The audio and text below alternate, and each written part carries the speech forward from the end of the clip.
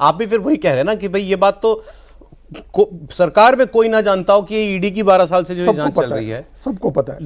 ये कोर्ट में इस तकनीक के आधार पर जो है स्वीकार ही नहीं होगी, सबको पता है, कंप्लेंट ही नहीं होगी, सबको पता है, ये सब लोग इस बात को जानते थे। तो फिर तो ये केवल चलाते रहने के लिए, चलाते रहना है भाई। हमने कहा ना कि राजीव गांधी के खिलाफ चलता रहा था, रॉबर्ट वाड्रा के खिलाफ चलता रहा है, राहुल गांधी सोनिया गांधी के खिलाफ चलता रहेगा, आगे भी और लोगों के खिलाफ चलता रहेगा। ये आपकी राजनीति को सुहाता हो ये। हाँ, लेकिन जो बीजेपी का समर्थक है, जो आपके आज इस आरोप को सत्य मानता है, क्योंकि पार्टी आरोप लगाती है ना, रोज लगाती है। आज भी बीजेपी ने प्रेस कॉन्फ्रेंस करके कहा कि पूरा परिवार बेल पे है, बेलगाड़ी है पूरा परिवार, और ये कहा कि 420 की गई है, पैसा खाया गया है, इसके अंदर चोरी हुई है, केस रफा दफा नहीं हुआ है, केस अभी केस की जांच जारी है। हाँ। आपका समर्थक तो आपकी बात को सत्य मान रहा है जब आप कह रहे हो कि इन्होंने चोरी की है, इस बात को भी सत्य मान मान लेगा। तो उसके साथ धोखा नहीं है ये कि आप देखिए जो काम असली करना है, कानूनी काम, वो आप नहीं कर रहे। बिल्कुल है। देखिए सौरभ जी, 2015 में मेट्रोपॉलिटन मजिस्ट्रेट ने नेशनल हेराल्ड में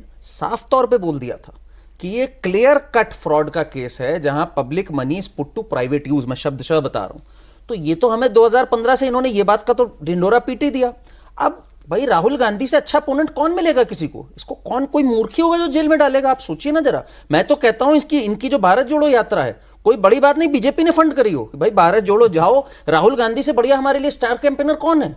ये तो आर्ट ऑफ वॉर में जो एक किताब है सुन त्जू की, उसमें लिखा है कि अगर आपको पता लग जाए कि एक चिर परिचित आपका विरोधी है जिसको आप हरा सकते हो, तो भाई हर बार उसी के साथ चुनो आप अपनी लड़ाई।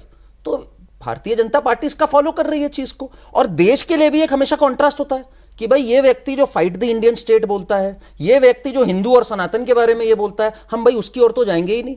तो अगर राजनीतिक तौर पे मैं देखूं, कमाल की रणनीति है ये तो बीजेपी की। आप बिल्कुल सही कह रहे हैं, उनके सपोर्टरों के साथ ये थोड़ी सी वो है, नाइंसाफी है। और इन्होंने, हमारे मित्र ने अभी जो एक बात कही कि एक तरह से बीजेपी इतने सालों से नहीं थी, सबसे बड़ी बात जो इसमें है, कांग्रेस की कभी भी सरकार 2012 के बाद से किसी भी राज्य में पुनः चुनकर आई ही नहीं है।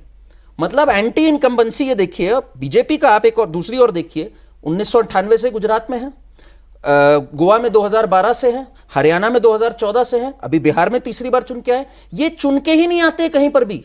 गलती से अगर चुन लिए जाएं तो वहां लड़ने लग जाते हैं। कभी सिद्धू चन्नी लड़ने लग जाते हैं, कभी डीके और सिद्धरमैया लड़ने लग जाते हैं, कभी गहलोत और सचिन पायलट लड़ने लग जाते हैं। इस समय देखिए क्या हो रहा है, जहां जहां सरकार है मुश्किल से 3 राज्यों में है। बीजेपी गांधी परिवार को पंचिंग बैग बना के रखना चाहती है। बिल्कुल। अरे मैं तो कहता हूं फंड करती होगी कि भाई राहुल गांधी जाए, एक और भारत जोड़ो यात्रा निकाल के आए। इससे अच्छी बात क्या हो सकती है? राहुल गांधी रहे। जब राहुल गांधी घोषित होते हैं इनके स्टार कैंपेनर, सबसे पहले मिठाई बीजेपी के हेडक्वार्टर में बंटती है। आप क्या सोच रहे हैं? कांग्रेस से पहले वहां पर मिठाई का ऑर्डर होता है।